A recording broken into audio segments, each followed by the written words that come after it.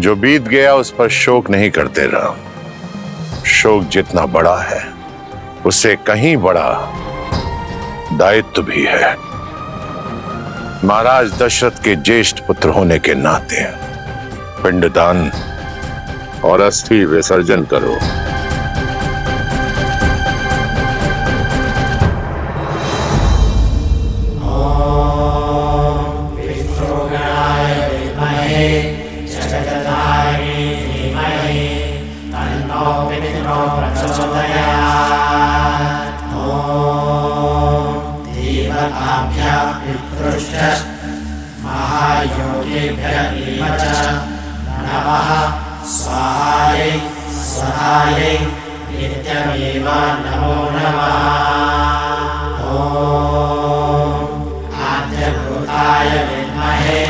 सर्वसिद्धाय धीमहि शिवशक्ति स्वरूपेण पितृदेव प्रचोदयात्।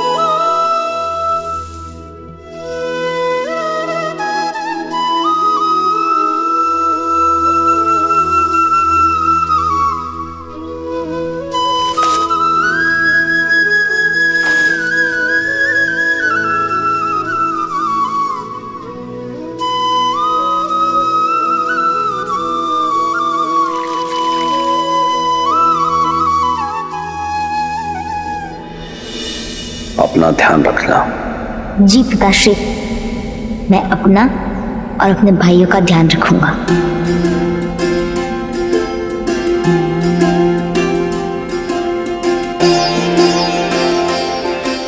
हमारे पिताश्री साक्षात धर्म थे और धर्म कभी संसार से नहीं जाता।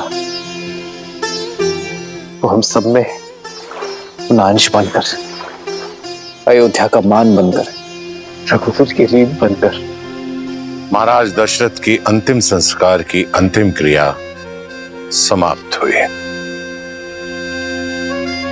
पंच तत्वों से बना हुआ शरीर पंच तत्वों में विलीन हो गया।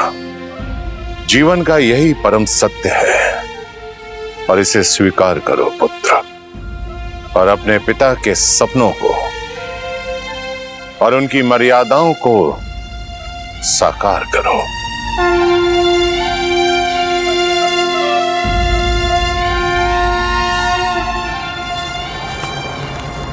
प्रणाम आचार्य। प्रणाम श्री राम। मिथिला नरेश, महाराज जनक पधार चुके हैं।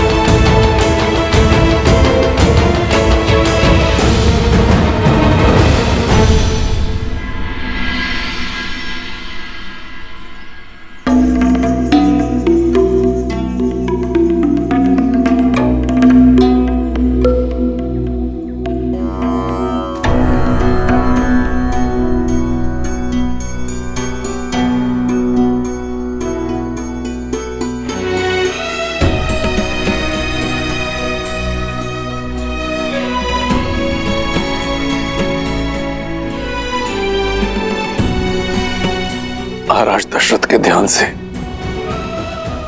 जितनी विचलित अयोध्या है, उतनी ही शोकाकुल मिथिला भी। महाराज की धर्मपरायणता, उनका शौर्य, उनकी नीतिबद्धता युगों युगों तक स्मरण की जाएगी, अयोध्या और मिथिला को गौरवान्वित करेगी।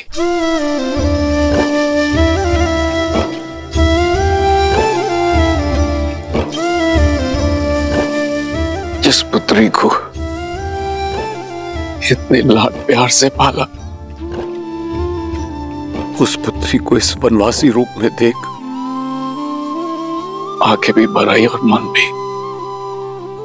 मैं तुम्हारे लिए तुम्हारी माता का संदेश लाया हूं। वो चाहती हैं कि तुम अयोध्या लौट जाओ।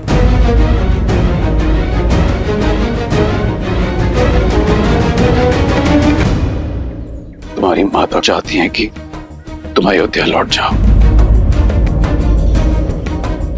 और वहां अपनी बहनों के साथ महल में रहो, यहां वन में नहीं।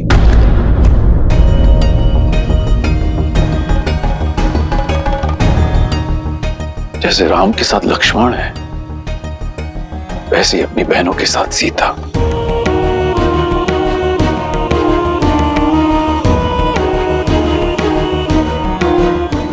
राम, माता सुनैना ने आपसे प्रार्थना की है। महाराज जनक, मेरे साथ वन का कष्ट भोगना सीता की अपनी इच्छा थी और मैं उस इच्छा का सम्मान करता हूं। किंतु आज यदि सीता अयोध्या लौटना चाहे तो मैं उस इच्छा का भी उतना ही मान रखूंगा।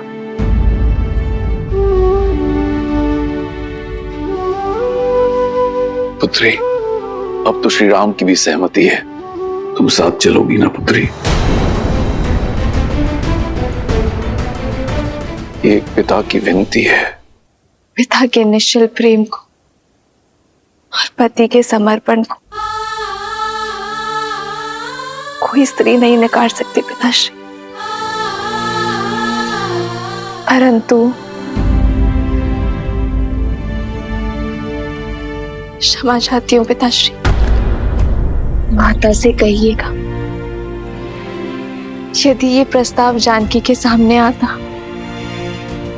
तो उनकी पुत्री कभी मना नहीं करती, किंतु ये प्रस्ताव श्री राम की धर्मपत्नी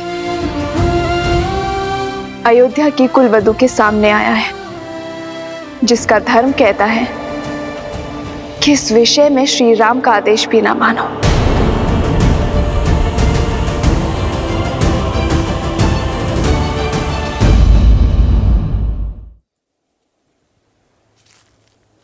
पिताश्री, माता से कहिएगा कि अग्नि साक्षी बने हैं हम, और ये बंधन इस संसार के किसी भी कष्ट से नहीं कटेगा।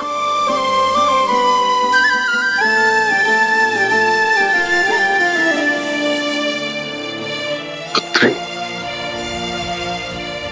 तुम्हारा ये समर्पण स्त्री जाति के लिए एक उदाहरण स्थापित करेगा। सुख तो साथ मिलकर सभी भोगते हैं, किंतु जो साथ मिलकर कष्टों में आनंद ढूंढे वही सच्चे दंपति हैं।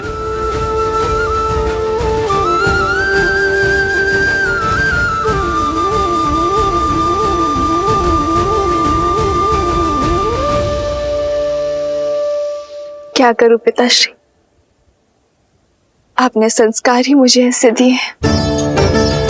आपके संस्कारों का अंकुर ही तो मेरे व्यक्तित्व का वृक्ष है पिताश्री।